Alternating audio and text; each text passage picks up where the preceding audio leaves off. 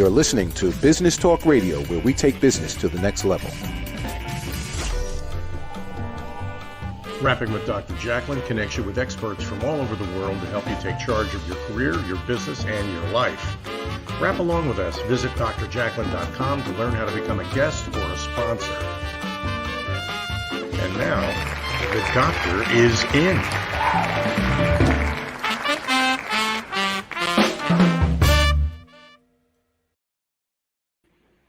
Hello and welcome to Rapping with Dr. Jacalyn, stories of hope, inspiration, and overcoming adversity. I am your host and executive producer, Dr. Jacalyn Kerbeck. I am a certified life, career, yoga, and meditation coach.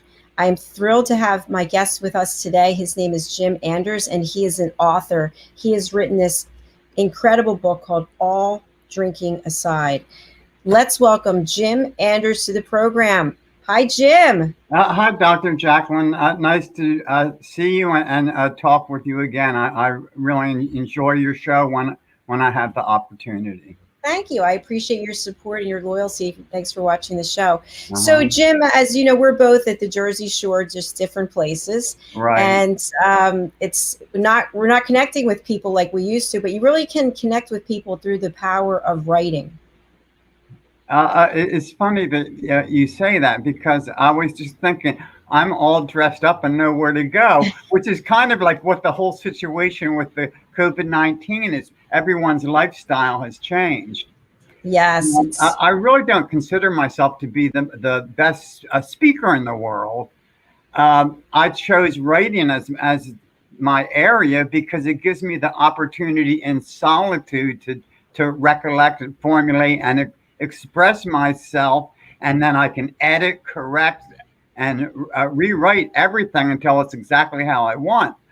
When I'm speaking, foot and mouth disease. You never know what you're going to say that you're going to possibly regret saying later. And I think there's a odd thing about being a writer who's being interviewed, because if they're not impressed with your interview style, they may think, oh, well, his book isn't very good. Well, if I was a public speaker, maybe I wouldn't be writing books at all.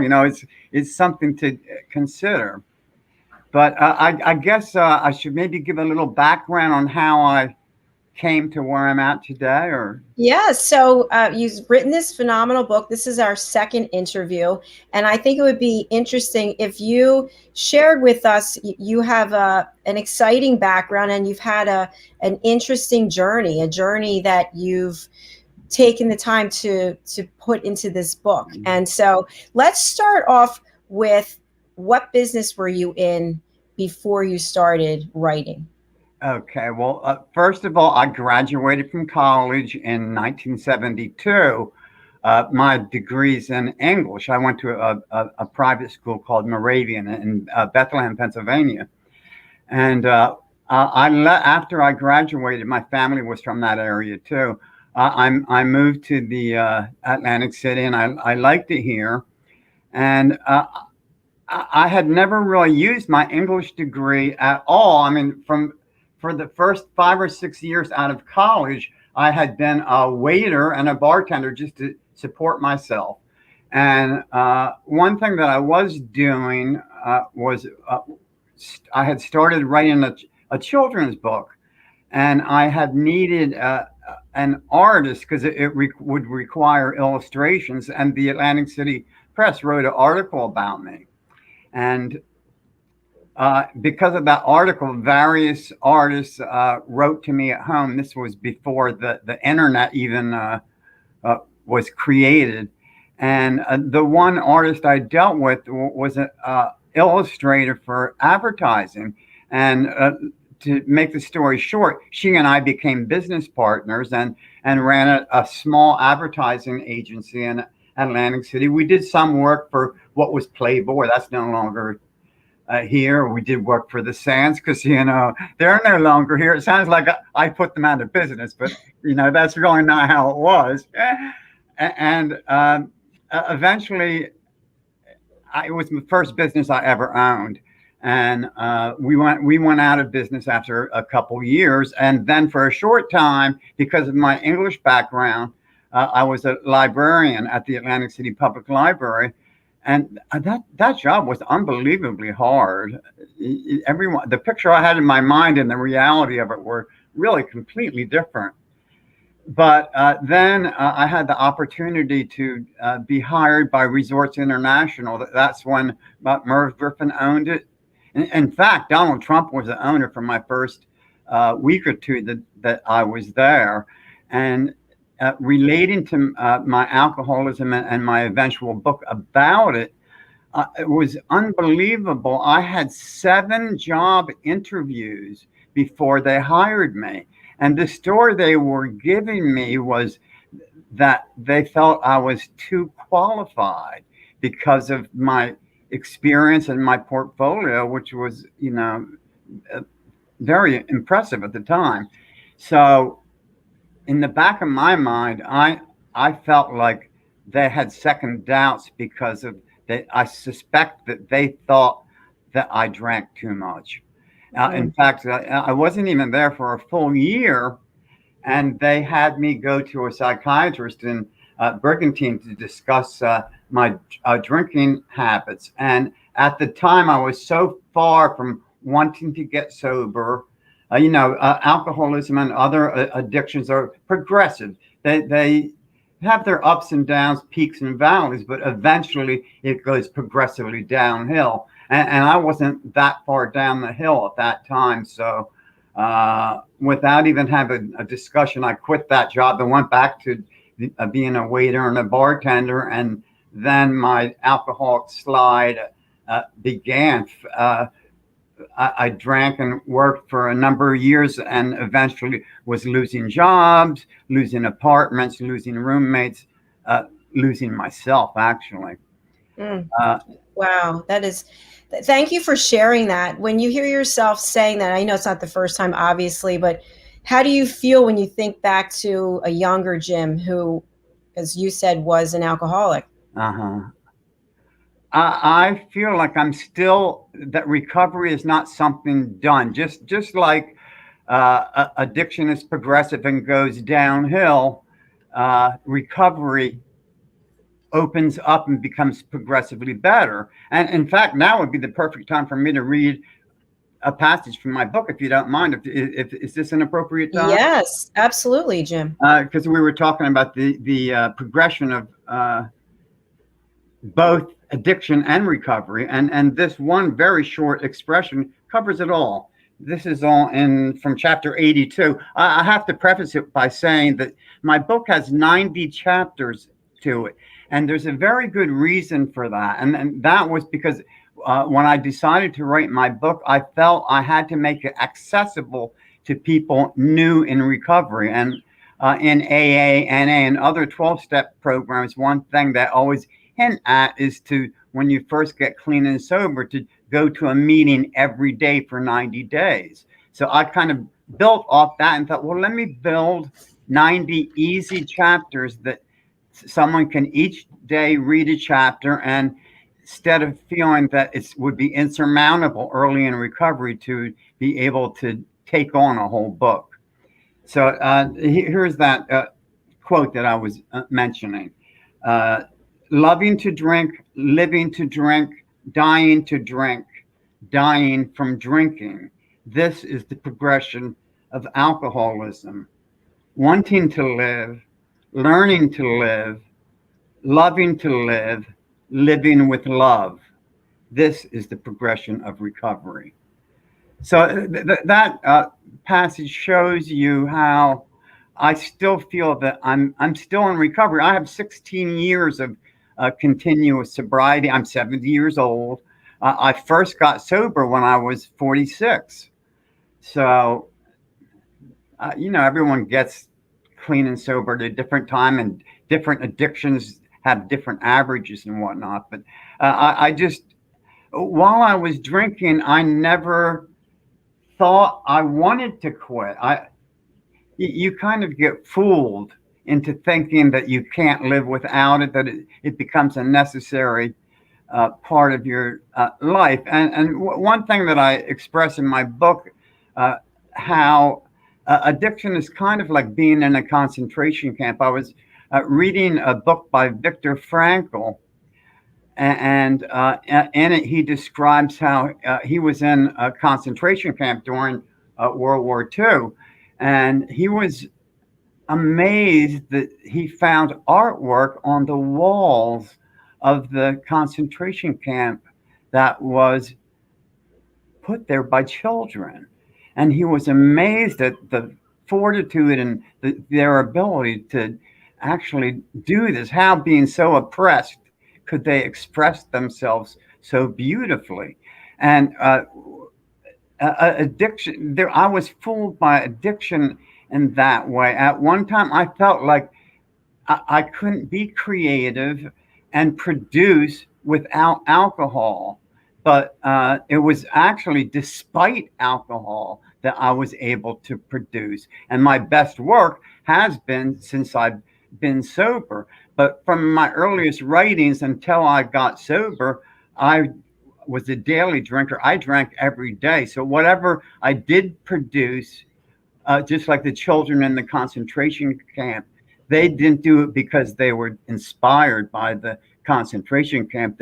They created despite that fact, and that really was pretty much my story, my realization once I got sober, that I didn't need alcohol to create. That was the illusion of addiction.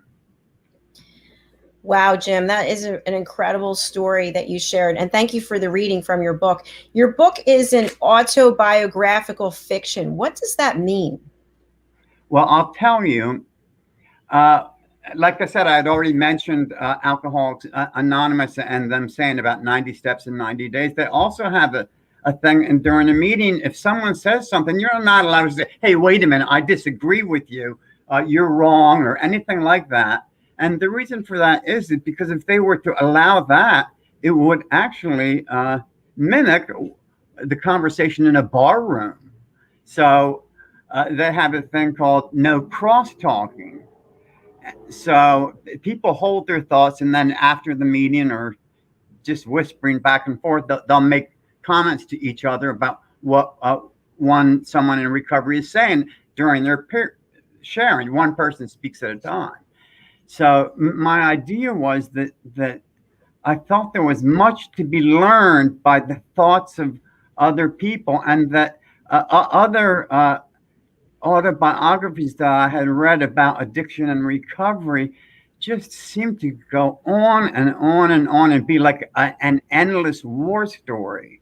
So I used the device of having 3 fictional characters who would, unbeknownst to me, share amongst themselves, discussing my prospects for recovery as the story goes along. So when I'm speaking in the book, it's all true, but in the background, in each and every of the 90 chapters, the 3 fictional characters hold a conversation among themselves. There's a literary term that's called suspension of disbelief. Like if you go to a play and one of the actors turns to the audience and whispers something, you know that the other characters on the stage hear every word that actor is saying to the audience. It's called an aside. That's actually part of the reason that my book got the title All Drinking Aside, because the 3 characters have continuous asides about me and my story and what I'm saying as the book progresses. Jim, that was terrific. I want to for our audience, we have a picture of your book cover up in the corner. So I remember when you and I first talked, you asked me what I saw when I looked at the cover. Mm-hmm. So you can either see what looks like a drink, or you can see 2 faces. Right? That's really interesting that you did that way. I didn't actually design the cover. My book is self-published. I had an editor and artist. I hired people to help me. And my idea was like, there's that optical illusion that you've probably seen of the 2 faces, and just like the cover of the book, but it was done to fit the concept and how type had to be a certain size, and the whole design. I know from my advertising career working with someone because my business partner was the graphic designer and I was the copywriter. She might put a picture in front of me and say, Jim, I need 5 words right here. What can you come up with? And other times I'd say, well, you know, we need I needed to write an ad for some restaurant or something. For example, hard to find, impossible to forget. That was one of my lines for a little restaurant that was like in a little alley. And it was really hard to find, and it was impossible to forget because they were so good.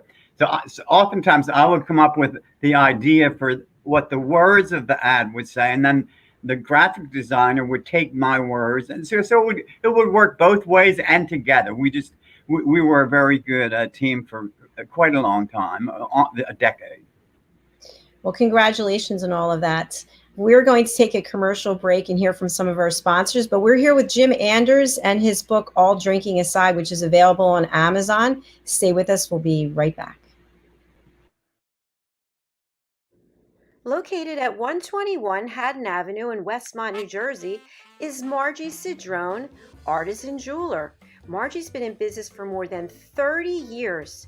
She works with her clients to create custom pieces of jewelry to reflect their personality and help them make their own bold statement. Starting in the renowned Jewelers Row in Center City, Philadelphia in 1988, Margie works directly with her clients to develop one-of-a-kind pieces such as necklaces, engagement rings, wedding bands, unique watches and tennis bracelets, as well as a myriad of rings and earrings for everyone in your family. She also has worked directly with Dr. Jacalyn over the years, creating unique pieces of jewelry to reflect her personality. She does pearl stringing and repairs on site at 121 Haddon Avenue. Call or text Margie at 215-384-7155. Margie Jewelry is open by appointment only. Make your own bold statement. Hi, my name is Zane Carson Carruth, and I'm the author of this book, The World's First Tooth Fairy Ever.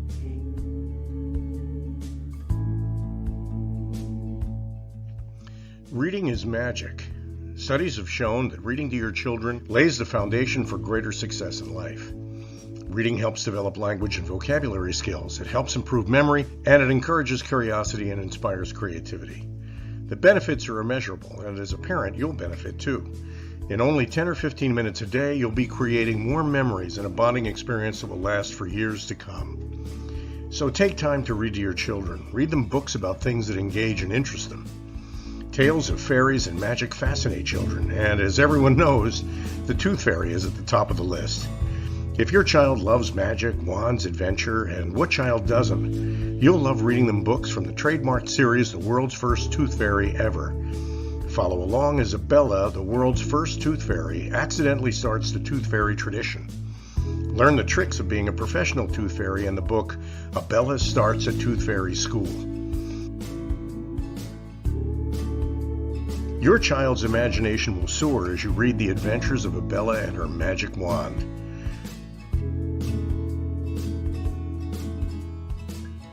These wonderful books are available at worldsfirsttoothfairy.com and at Amazon, Barnes & Noble, and Walmart.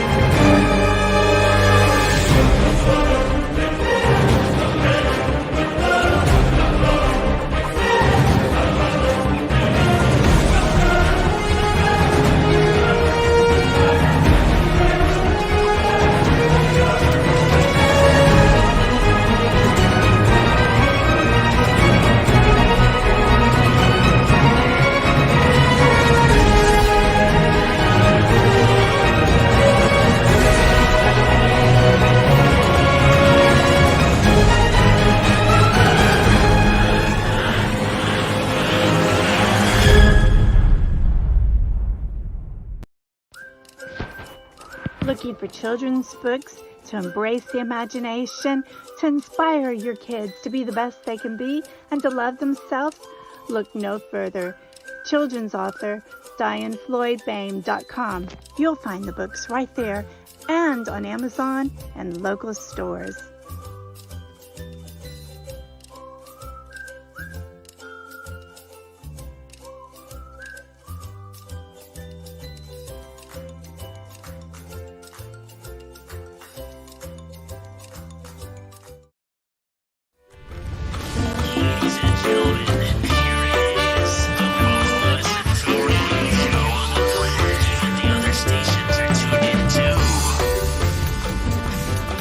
You're listening to Business Talk Radio, where we take business to the next level. You're watching Rapping with Dr. Jacalyn, stories of hope, inspiration, and overcoming adversity. My guest today is author Jim Anders. Hi, Jim. Hi, I'm back.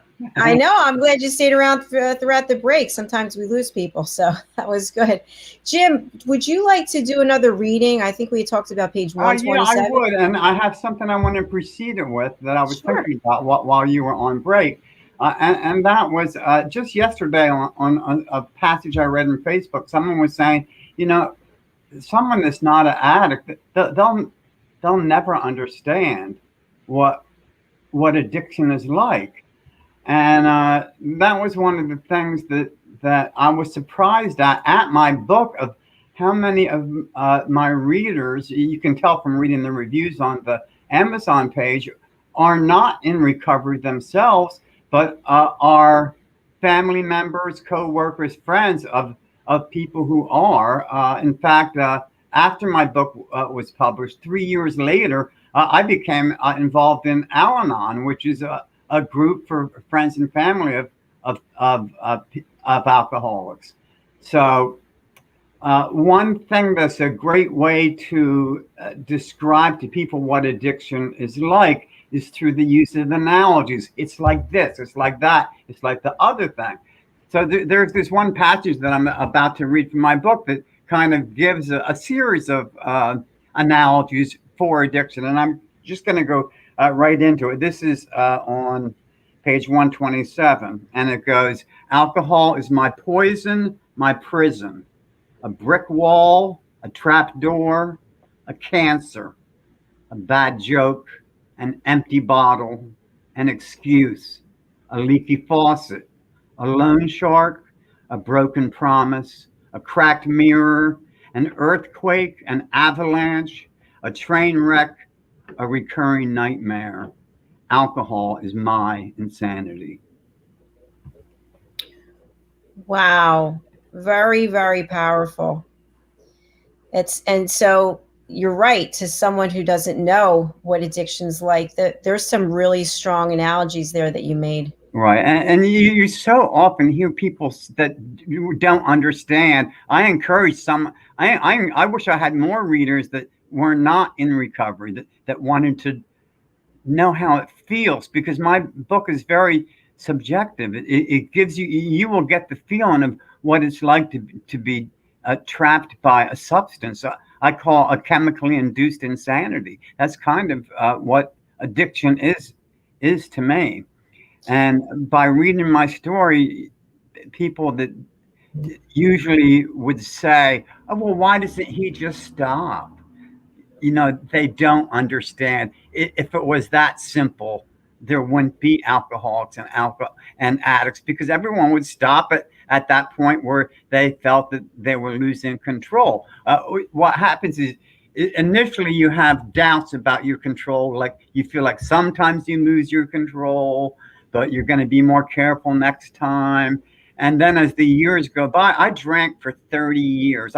I tabulated. At one point, I figured I've had well over 50,000 drinks. So if that doesn't make me an alcoholic, what the hell does, And enough is enough. But if I had been able to have any kind of sense of control, I probably would have continued drinking. It got really bad. I had multiple hospitalizations, and it was really just unbelievable. Read my book. That's what I'll say.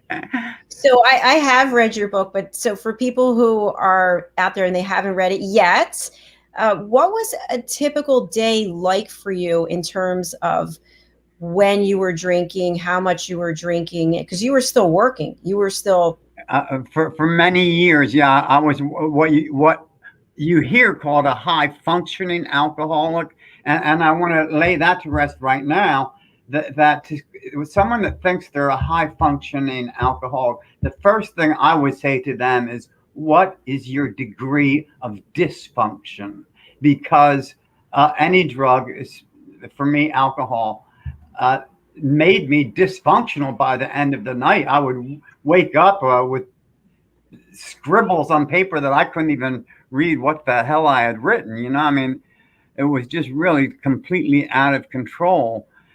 But the thing that you often hear is that by the time you begin asking yourself if your drinking is out of control, it already is, because the thought doesn't precede that problem creeping up. It becomes a problem, and then you're forced to confront it at some point. And so what was your drink of choice, and how? Oh, yes, my drink of choice was Rusty Nails. Rusty Nails is Scotch and Drambuie. Drambuie is a sweet Scotch-based liqueur. And in fact, when I was drinking, all the bartenders in town, I went to at least like 7 or 8 different bars every night. I became known as Rusty.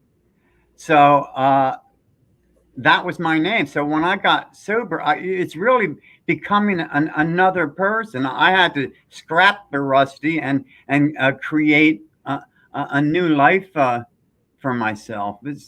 It was really difficult. I didn't mention yet that, you know, I got first sober in 1996, and for 8 years, I had 5 or 6 relapses, multiple hospitalizations. You know, I tried to quit and I just couldn't, because a whole lifetime spent from my late teen years to 46, all I knew was 5 o'clock, let's go for a drink. And I did every day. Jim, one thing I think that people don't really understand or know a lot about is you go from drinking, you said you had 50,000 drinks over the 30 years, I guess. So when you finally stop drinking, isn't your body so accustomed to having the alcohol that you just, like, things happen, you start shaking, tremors? Yes. Many people die from not drinking. In fact, in the early days, before some of the modern medications, Librium or, you know, other prescription drugs that are given to people, you get what's called delirium tremens, which is every cell in your body is screaming for alcohol, and you just begin shaking uncontrollably. I was in Atlantic City detox 2 or 3 times, and you know, they put you in a room with everyone has a roommate. I guess you kind of like the buddy system. And the one time I was in there, the guy on the opposite little cot bed shook so horribly that the metal legs on his bed were shaking the floor and making it was like out of a horror movie. It was like that one where Linda Blair, the movie where she's possessed. What was that called? I forget. I know which one you mean. Yeah, yes, but it's like that. It was like the devil's in you, and I got the shakes. In fact, before I even moved to Atlantic City, this was in my first 5 years of daily drinking. I would shake someone's hand, like meeting them, you know, back in the day when people shook hands. And oftentimes people would say to me, "Why are you shaking?" And I would just lie and say, "I have a nerve disorder, a nervous disorder." And that I knew what the truth was. The truth is that I had the shakes until I had enough drinks in me to maintain my my daily level of consumption. Eventually, that's what happens in addiction. You're no longer enjoying the substance. You need the substance to return you to what has become the new normal. And without it, you can't function. For example, my best, while in the height of my alcoholism, my best pool playing and bowling was when I was drunk, because that was when I had like a window of opportunity. Like the first 5 or 6 drinks, it took me to reach that plateau that had become the new normal. And then for maybe 5 or 6 drinks after that, that would be my day of being at my best, which between like the 6th and 10th drink. And I was also a blackout drinker. A lot of people don't clearly understand what that is. And what a blackout drinker is it's someone who no longer has the ability to form memories. You're drinking, and to everyone you're talking to, you seem like you're going to remember the next day what's going to happen, but you don't remember because no memories are ever formed. So, Jim, let me see if I understand this. So you were drinking between 6 and 10, 11 drinks a day and still functioning and still able to bowl and still able to play pool? Yes, and going to bed at often 2 o'clock or later in the morning, and waking up in time to go to work. And luckily, if I hadn't been more or less my own boss, I probably would have been fired from the advertising job. And because I knew I thought of myself as high functioning, but I wasn't high functioning. In fact, maybe I still would have retained my business, but to the detriment of my alcoholism, it made it impossible to continue. So as you know, this show is stories of hope, inspiration, and overcoming adversity. So you are all 3 of those things. So for people watching who are not where you are, what would you say to them? What can they do? It's funny you say that, because just today, because I knew I was going to be on your show, I had an epiphany today.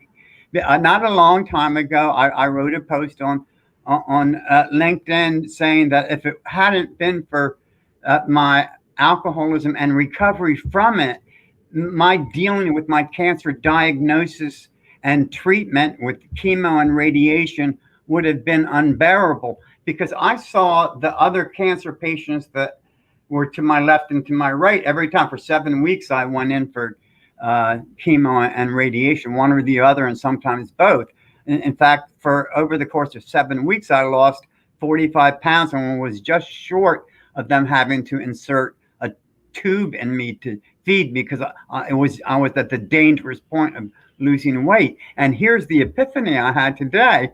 The post that I had written said that, if it wasn't for my recovery from alcoholism, I couldn't have gotten through this cancer. It was unbearable. I saw the people around me. But the other point that I want to make, that I didn't make in the post that I just recently wrote, was that there may be people out there that are surviving cancer and are still drinking. And maybe I can plant the seed that if you could get over cancer, now you can get over your drinking as well. So that really gave me a new perspective on myself. So recovery is difficult, no matter what you're recovering from, whether it be addiction or cancer or other things. But each thing that you overcome gives you each obstacle you overcome gives you the strength for whatever the next ordeal is. Like I had pneumonia. I'm in recovery from alcoholism. I got pneumonia. I've had cancer, and now COVID comes along. I'm prepared for whatever comes down the pike, having recovered from all of these things. So in the heat of the moment, you may feel that things are just uncontrollable and they'll never get better, but they do get better, and you will get over it, and you will learn. Each hurdle that you cross will prepare you in your life for the next thing. And while I think of it, in early recovery, in AA, you have what's called a sponsor. It's someone who is sober longer than you and is trying to like help you along because it's so difficult. And my sponsor, believe it or not, had over 60 years of continuous sobriety. He was in his 80s and got sober when he was very young, in his early 20s. So he had a lot of experience. And on numerous occasions, I would go to him with whatever the difficulty of the day was and say to him, what can I do? And he would turn to me and say, Jim, what would an adult do? And I never really grew into adulthood because I was stymied by my drug. I did other drugs besides alcohol. Alcohol was the main thing, but drug use and alcohol use prevented my development into an adult human being. I mean, there's really no other way to say it. And in fact, brain development is definitely impeded by drug and alcohol use. And if the world was mine to make all the rules, I would make. I'm not an abolitionist or a prohibitionist. In my opinion, all drugs should be legal, and the money earned by the government would be for education, rehab, recovery, and all these things. And Portugal is a good example of how they deal with drugs and alcohol. If anyone wants to Google that and see how they handle it compared to how we deal with it in this country. Crime and punishment is kind of how we seem to, as a country, deal with addiction and alcoholism on the whole. Let's put these people away and teach them a lesson. And the lesson's never learned in prison or in jail. It's learned through education and rehabilitation. Thank you so much for just being so open and honest. And I really have a lot of respect for you for sharing your story. We are almost at the end of our program, which I told you was going to fly by. Wow. I had one little thought was that I want to be on your show every day. And then when I call in sick one day, you'll know that something's up. Not that I'm drinking or drugging, but that I need a break. Because you're one thing that I never even got to was that AA taught me the power of learning to listen. Prior to my recovery from alcoholism and addiction, I was always formulating in my head the next thing I would say in the middle of someone expressing what they were saying. So I would miss the whole last half of whatever they were saying because I was busy preparing what I was going to say, me. And I've learned to become a better listener through my recovery. And it's really been such a great inspiration to me to listen to other people and get their point of view. It really is recovery is a we thing. I couldn't have done it alone. And I realized that I still can't do it alone. Another thing I thought recently is when I was very young, I had a really difficult time asking for help. The culture that we live in is rugged individualism and all that kind of thing. Don't ask for help, do it yourself, pull yourself up by your bootstraps. So learning to give help, to ask for help was difficult. But what I've learned now after 16 years of recovery is that sometimes for me, it is also difficult to give help because you have fear of rejection by whomever it is you're trying to help, or you can have a series of failures trying to help people because they just go back to their drug of choice because they're still caught up in the disease. They haven't formed a life independent of their drug of choice. There's so many topics that you brought up that could be a show in and of themselves. So the art of listening is definitely one of them. And that's so common that when people are speaking, we're not listening to what they're saying, and that we want to just get out whatever it is we have to say. That's a big part of why I don't use a script on this show, because it's authentic listening. It's listening and seeing where the conversation goes. But we have to close for today. We have another show coming up in 15 minutes. So Jim, your book is available on Amazon, and we have the picture of it here up at the top, All Drinking Aside. So please go to Amazon and check out Jim Anders' book. Any final words you want to give to our audience today, Jim? I just like to say that if you read my book, you will get a better understanding of yourself.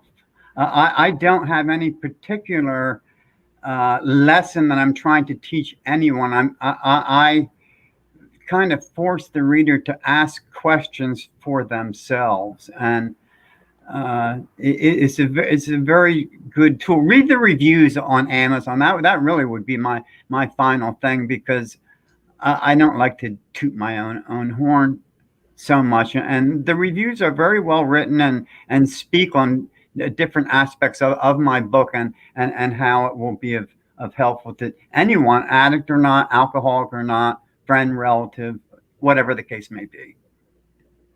Thank you, Jim. That's a great way to close out the show. I appreciate you being here today, and we'll look forward to having you back on another one of our programs. And so this is Dr. Jacalyn signing off for today. We have another program that's coming on at 6 o'clock, and it is the Variety Show with my co-host, Lori Mendelson. So we look forward to seeing you there, and hopefully you will tune in and also go to Amazon and purchase Jim's book, because I've read it. I have it here.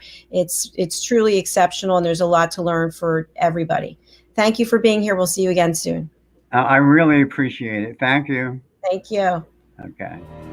For nearly 2,000 severely injured veterans, everyday life has become filled with barriers.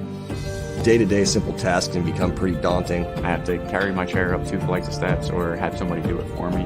What scares me the most is just the falling.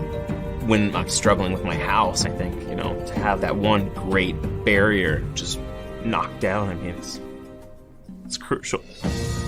Home for Our Troops is a wonderful nonprofit that builds a mortgage-free, fully adaptive, handicap-accessible house. And there's no catch. It'll be our very first home that we've ever owned. This is a game changer. This is where your life begins again. We need you to join us in completing this important mission. Please visit hfotusa.org and help build homes and rebuild lives. Because of you, everything's going to be okay.